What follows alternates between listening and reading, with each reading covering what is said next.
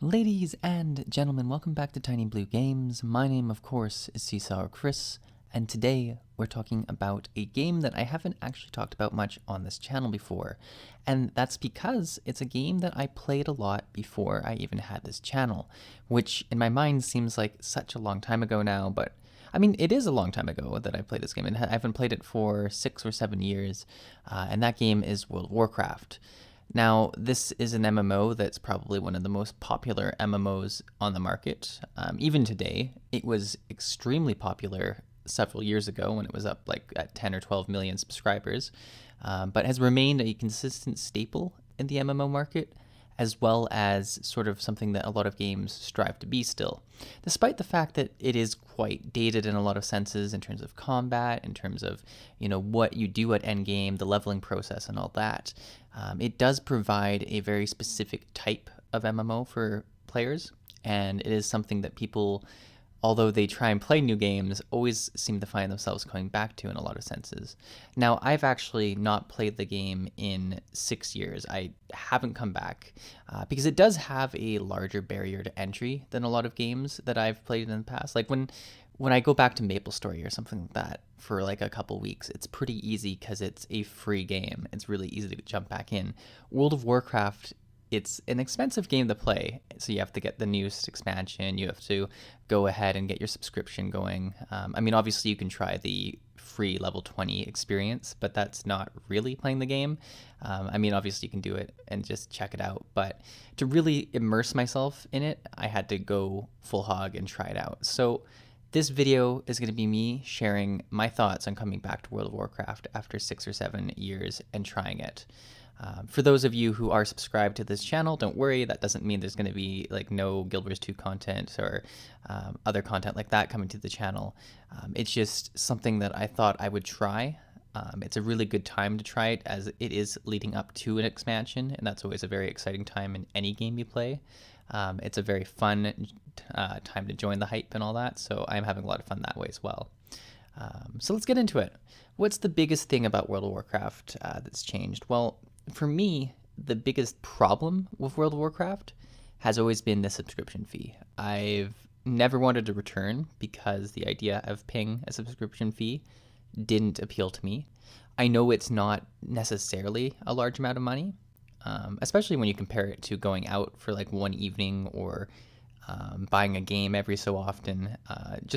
It just eats at you. Like the idea that, you are paying for each moment you're on.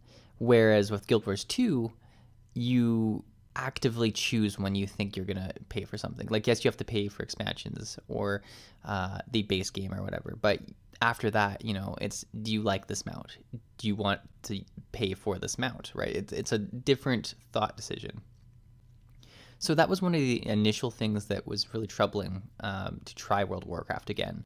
But what they have changed since I played way back in Cataclysm is that you can now buy these things called WoW tokens, and you can buy them with in-game currency to be able to play the game. It works very similar to the cred system in WildStar.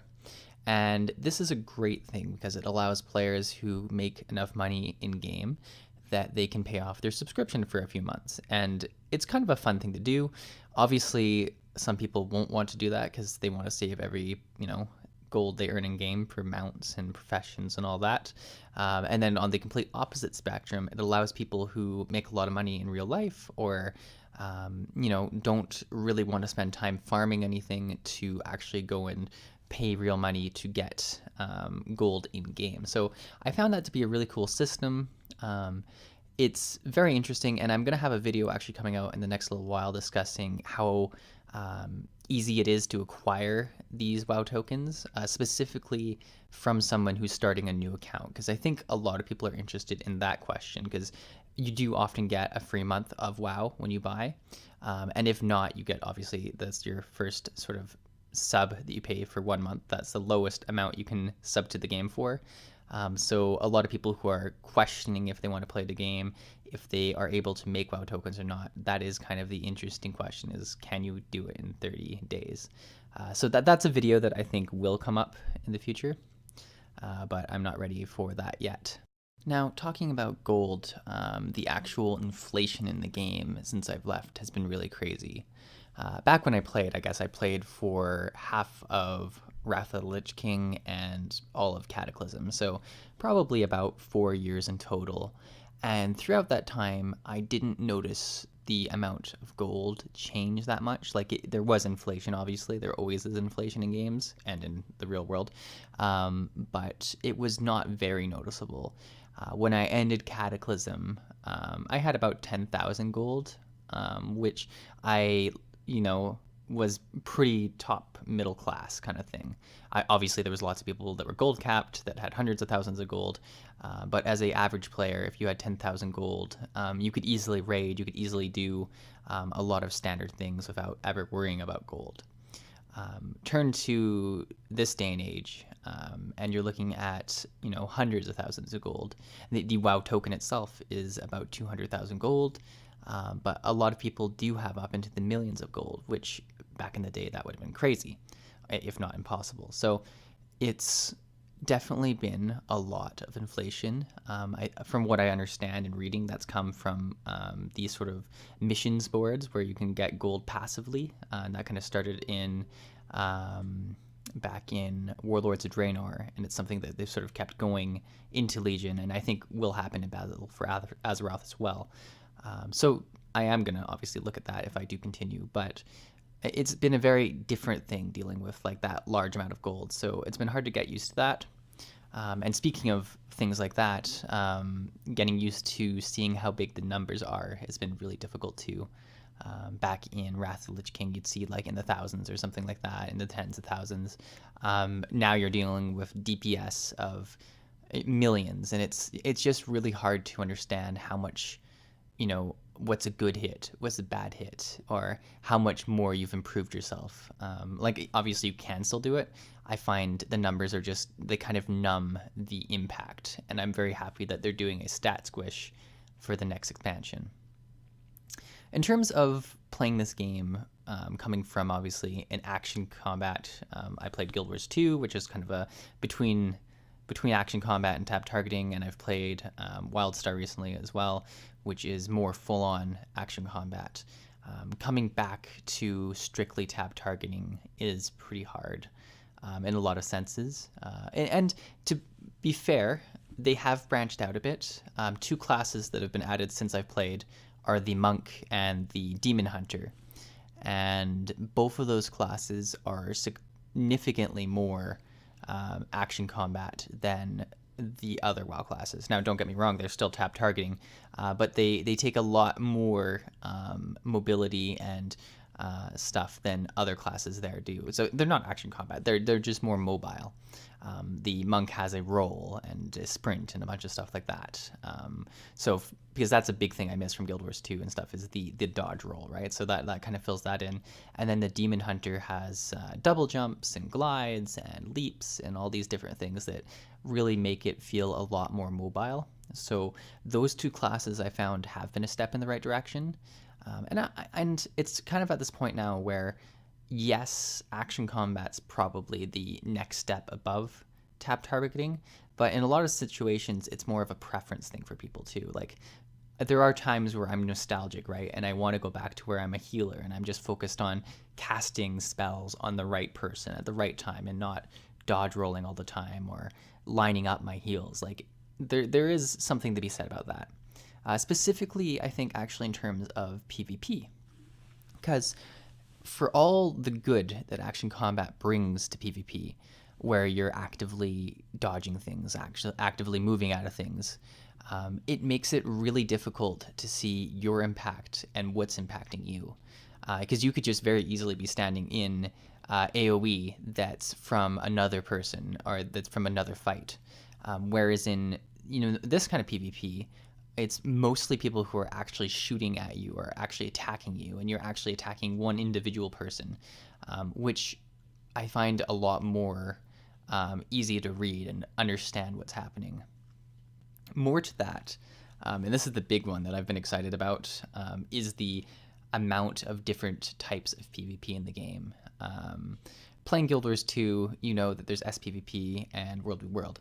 And SPVP pretty much offers 5v5 dominance playstyle. There's not much else going on. And World v World's its own thing. But just the amount of different battlegrounds has been a real breath of fresh air. That there is so many different ones. There's capture the flag, there's dominance, there's different like attack and defend ones, and just so much variety that I feel like I've been missing from like the other games I've played. Obviously, WildStar had a couple different modes, but didn't receive anything in a long time, and probably won't for a long time as well. Whereas Guild Wars 2, they seem to really not be focused on PvP very much, and B, when they are focused on PvP, it's been pretty clear that they're not that focused on new types of gameplay. So just having the idea that there could be a new battleground that comes, and that there is a new one with the expansion, which is cool. It's very fun to play with that thought that there's something new coming to the game. More to that is my beloved arenas. I've loved 2v2 arenas since that in World of Warcraft 6 years ago is really what started me in PvP in MMOs. Before that, I'd never really thought of doing PvP in MMOs because I was like, why not play a shooter or something like that? But the idea of learning your class so well, learning all the other classes so well, and which class is good against other classes, and how you can work together with your partner in different ways. I think that's something that I've truly missed from MMOs. And coming back to World of Warcraft for a bit, I think that's something I'll try out as well. And I'll probably do some more dedicated things about PvP because I do love doing PvP, and it's definitely something that's taken a back seat in my gameplay when it comes to Guild Wars 2 and WildStar. I've been playing Fortnite and stuff instead, and it'll be fun to kind of dip my MMO toes in PvP again for a bit. Specifically, actually, a feature that I think is very exciting is War Mode for Battle for Azeroth, where it's open world PvP that you can toggle on and off. And what's nice about that is it gives you some bonuses for doing it, like you get more experience and stuff like that. But it's going to bring that element of surprise as well. And when you think of PvP and MMOs, and especially a factioned MMO, the idea of being attacked anywhere is something really exciting. So I'm very interested to see how that plays out, and to see if it is something I truly like, or if I get pissed off when I get ganked one too many times and I'm like, all right, we're turning that off. And the big thing is it's something that you can toggle on and off, because I've always liked the idea of PvP servers, but I've always been too scared to say I'm going to make this decision for the rest of my character's life. Like, that just seems like too much of an investment. So I think this will give me a taste of PvP servers without ever having to really, go whole bore. And maybe I love it and I just stay with that toggled on, but it'll be interesting to test it out. But that leads to kind of my final point, and really, I could go on forever in this video because it could get quite rambly, but my final point specifically with what their next expansion, Battle for Azeroth, is themed after, is the Horde versus the Alliance. And it's definitely something that I've been missing out of Guild Wars 2. WildStar does obviously have a faction split as well, and that's something I loved about WildStar. So I think coming from Guild Wars 2 for a bit, going to a faction-based game will be very nice. I always find it very interesting how the game developers can sort of make the same general story for the game, but sort of have the two factions see things happen in different ways, can form players' opinions in different ways. And I think that's a lot of fun, and just sort of knowing that you're part of a larger group of people. Whereas, Guild Wars 2, it's kind of you and the citizens of the world against the monsters, right? It's fun to feel like you're a part of a club of some sort. So I'm very interested to see. And obviously from what you've seen in the footage of this video, I've been rolling some Horde gameplay, which back in the day, I was more Alliance. So it'll be interesting to see how this goes as well. So hopefully you guys enjoyed this video. I can't stress enough that if you have been subbed to this channel for a while, don't get scared that I'm not going to be making content for other videos. I mean, I had a Guild Wars 2 video go out just last weekend, so even the fact that there's a video in the last two, like both last weekends, I've done pretty well. So don't get too scared. There'll still be more content coming out for other games. But I just wanted to dip my toes in, and I have have you guys thought of trying out World of Warcraft, the next expansion as well? Is that something that's on your guys' radar, or is it something that you don't really find interesting? But yeah, I think that'll wrap it up for this video. I'd like to thank you guys for watching, and I hope to see you in the next video.